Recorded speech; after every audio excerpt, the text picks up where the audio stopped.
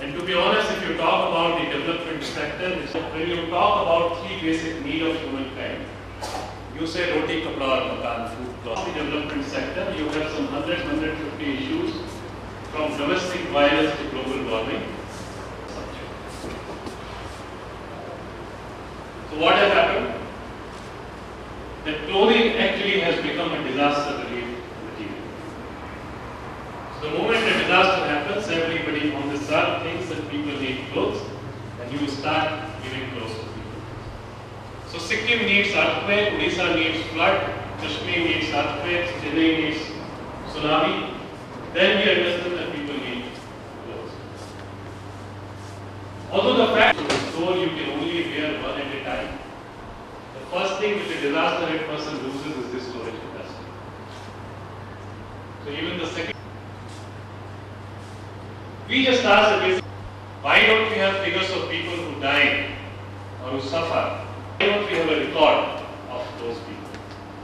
Although the fact remains that an earthquake, a shake kills people, in flood, the excess of water kills people.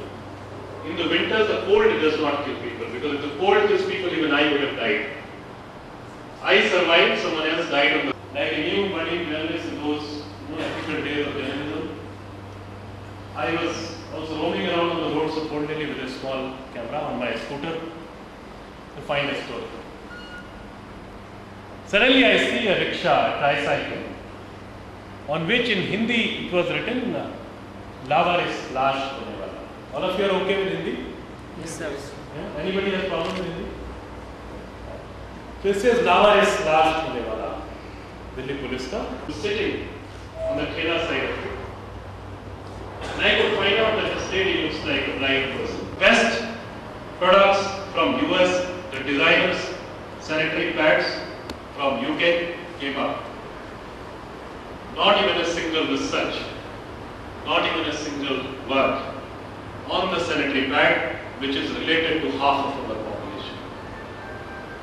If you talk about the entire development work, you talk about microfinance, you talk about self-help group, you talk about health, everywhere the ultimate target is women.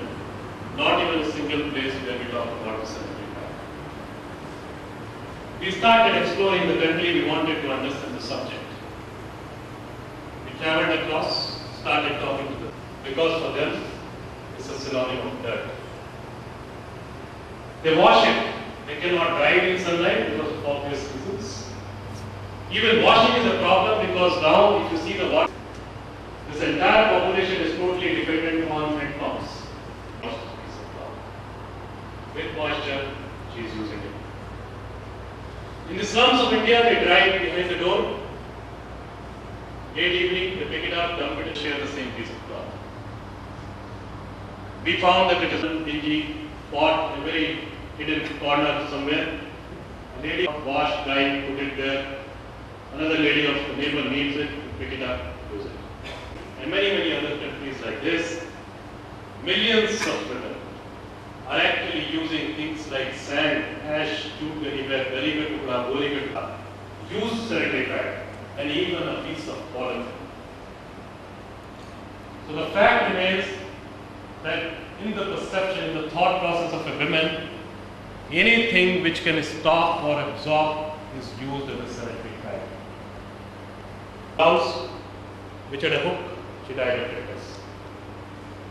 In Tamil Nadu, a case came up where a centipede entered through the body, and the lady died. We reached Rajasthan, we find a large number of women have lost their uterus.